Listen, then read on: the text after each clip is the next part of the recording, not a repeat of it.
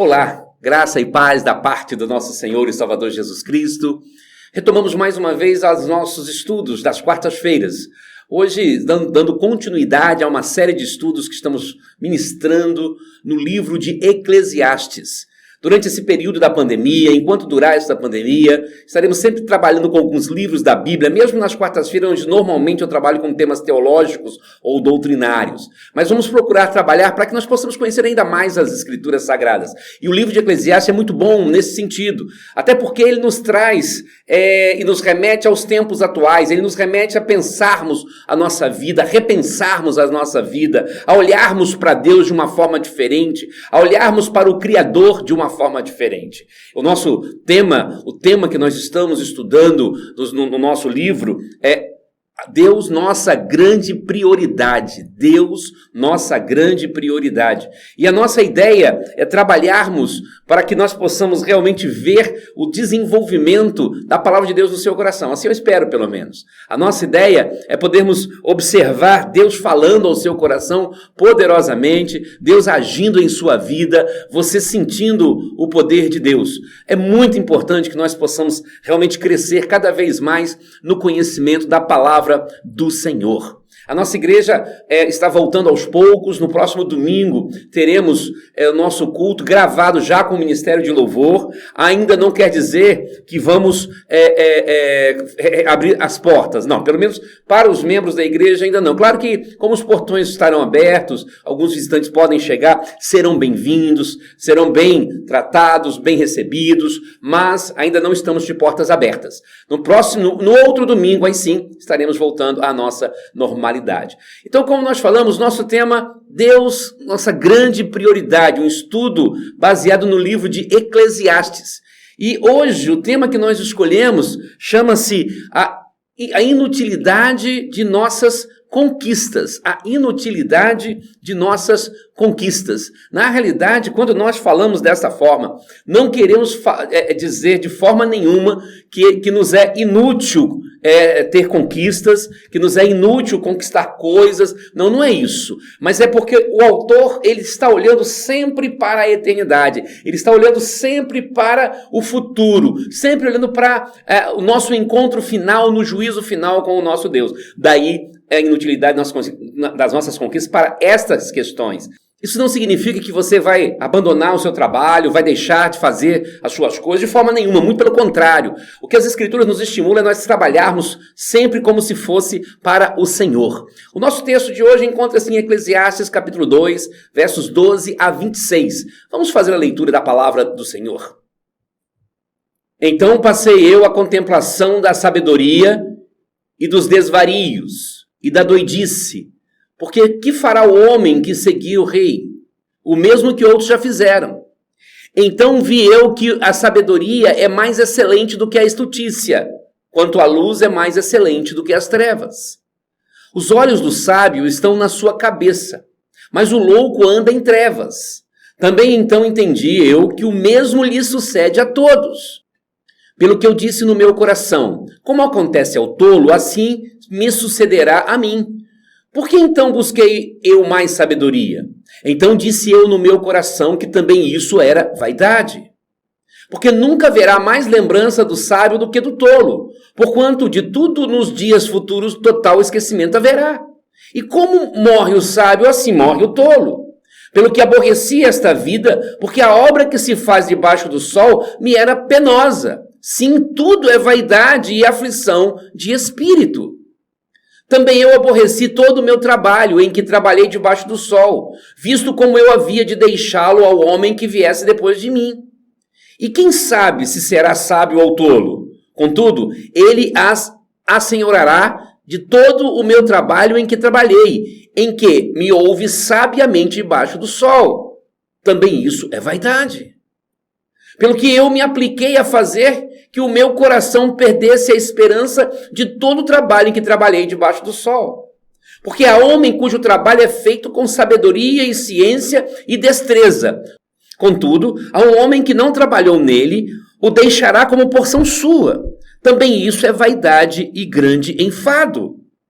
Porque mais tem o homem debaixo do seu trabalho e da fadiga do seu coração, em que ele anda trabalhando debaixo do sol. Porque todos os seus dias são dores e a sua ocupação é desgosto. Até de noite não descansa o seu coração. Também isso é vaidade. Não é bom, pois, para o homem que coma e beba e que faça gozar a sua alma do bem do seu trabalho? Isso também eu vi que vem da mão de Deus. Porque quem pode comer ou quem pode gozar melhor do que eu?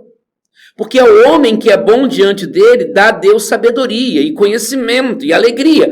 Mas ao pecador dá trabalho para que ele ajunte e amontoe e o dê ao bom perante a sua face. Também isso é vaidade e aflição de espírito. Que Deus abençoe a sua palavra aos nossos corações. A inutilidade das nossas conquistas.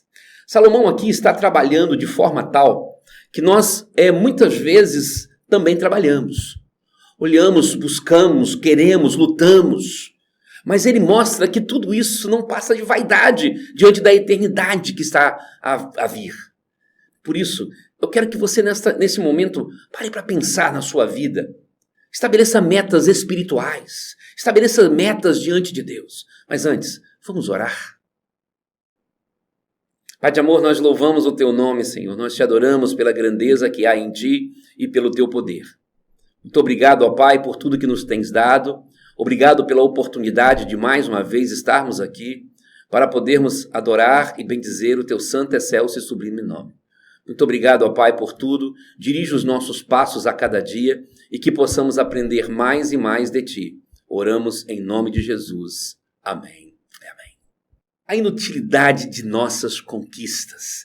Será que realmente, diante do que nós vimos no último estudo acerca do vazio que há em nossas vidas, quando buscamos apenas prazer, buscamos apenas o nosso bem-estar, será que isso tudo vale também para o trabalho e para outras coisas? Vimos que a riqueza e o dinheiro não vão levar a lugar algum sem a presença de Deus. Sem Deus em nossos corações, não somos absolutamente nada.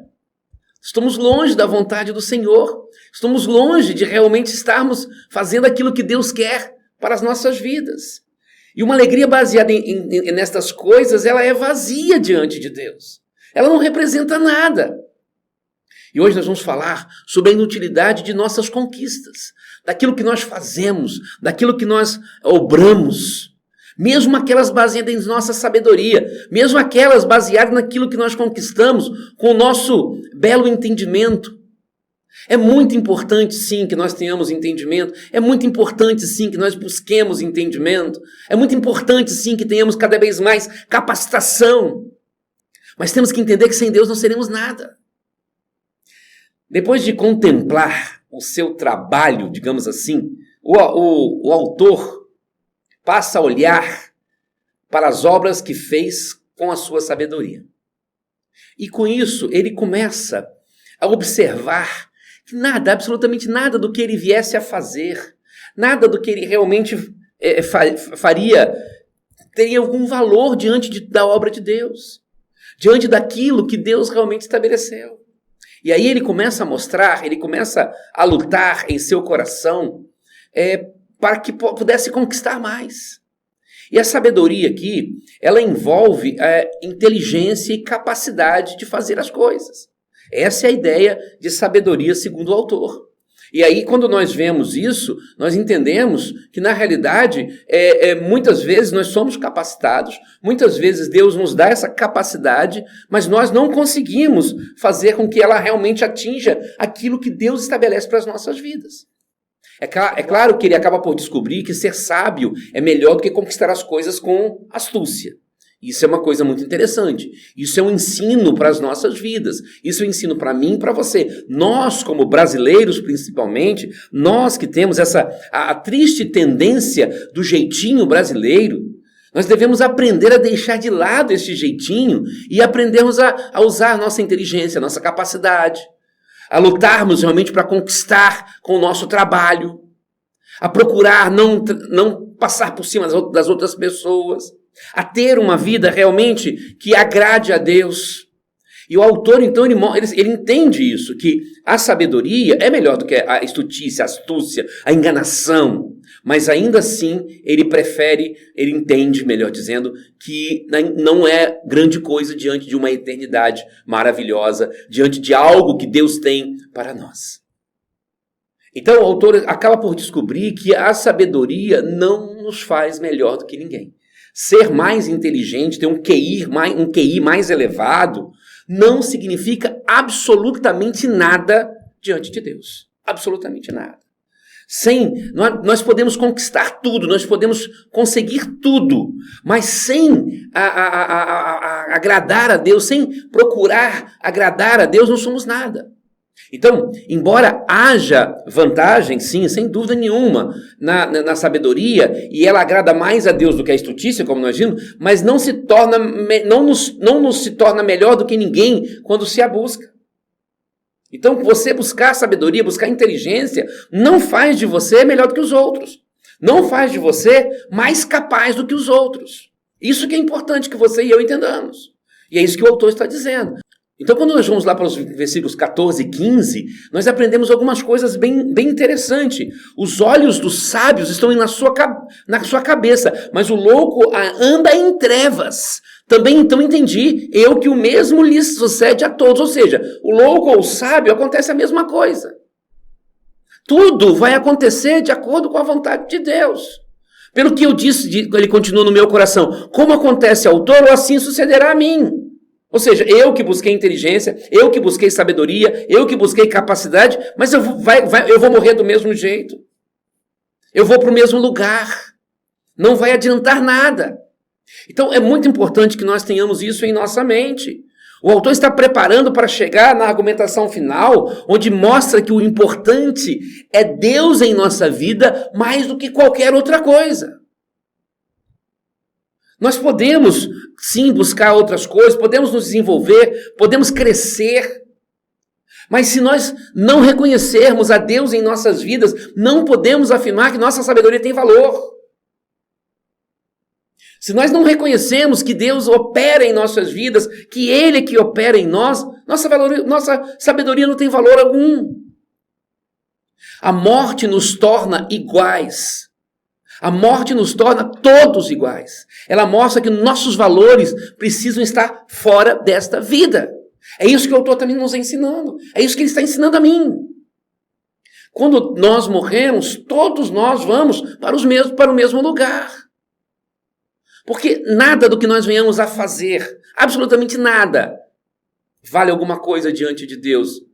Nós não conseguimos ser melhores diante de Deus, porque o pecado contaminou-nos completamente. Por mais que se faça nesta vida, tudo fica para esta vida. Nada é levado para fora de debaixo do sol. Nada. Ou seja, como dizia o velho ditado, né?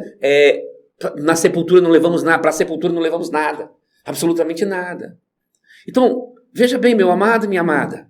O importante aqui é nós entendermos que temos que buscar Deus.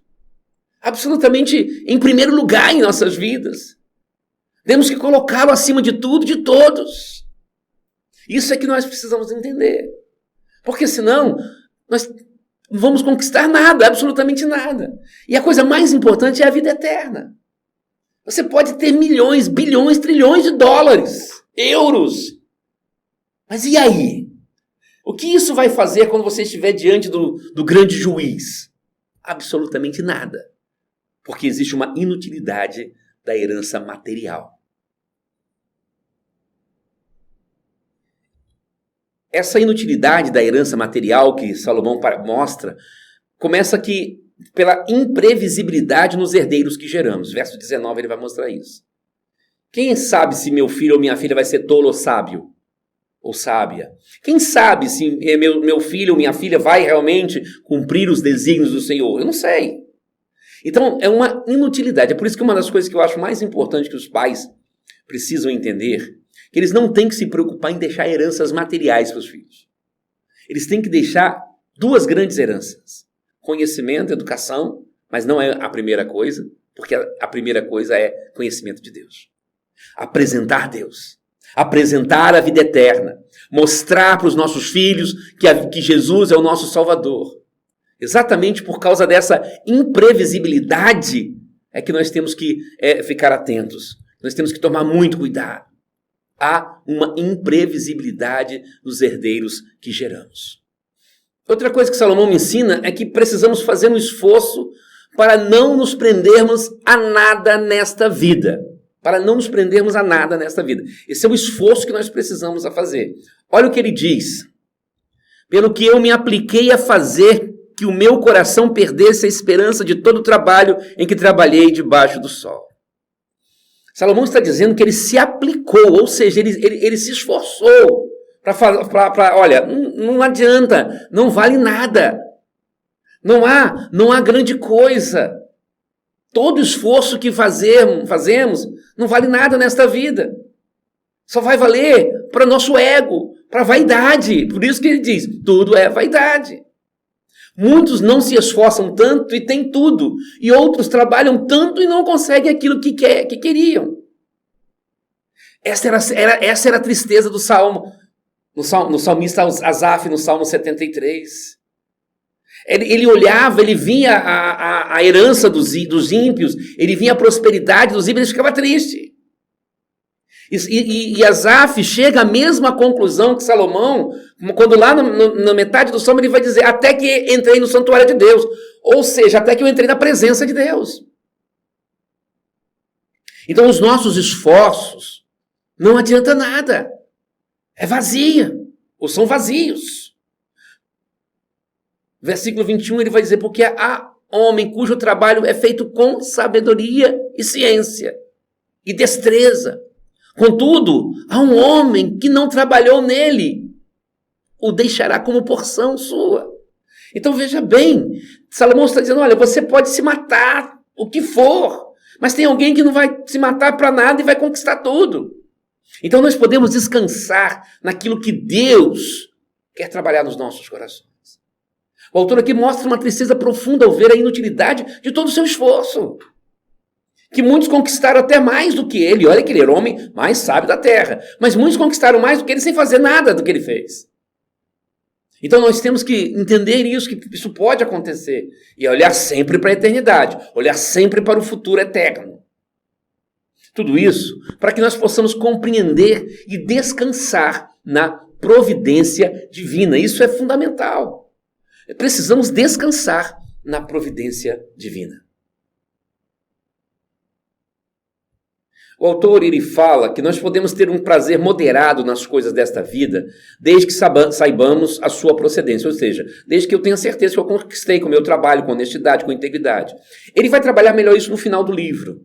No final do livro, ele vai mostrar melhor sobre estas questões. Mas agora é importante nós entendermos, tudo que temos procede de Deus. Isso precisa estar latente em nossos corações. Mas como assim procede de Deus? É Deus que trabalha? Sim. Mais do que isso, é Ele que permite que nós trabalhemos. Nós estamos vivos graças às misericórdias do Senhor, que, como diz Jeremias, se renovam todas as manhãs. Alguns teólogos chamam isso de graça comum. A graça comum nos mantém vivos. Deus capacita como prêmio aqueles que se esforçam em colocá-lo em primeiro lugar. Então veja bem, Deus vai nos premiar quando nós o colocamos realmente em primeiro lugar. Agora, que prêmio é esse? É nesta vida? Não! Esse é o ponto de Salomão. E aí no verso 26, ele vai dizer o seguinte: porque ao homem que é bom diante dele dá Deus sabedoria e conhecimento e alegria, mas ao pecador dá trabalho. Então veja bem, Salomão está dizendo com outras palavras, que na realidade quando nós trabalhamos para o Senhor, há prazer até no trabalho.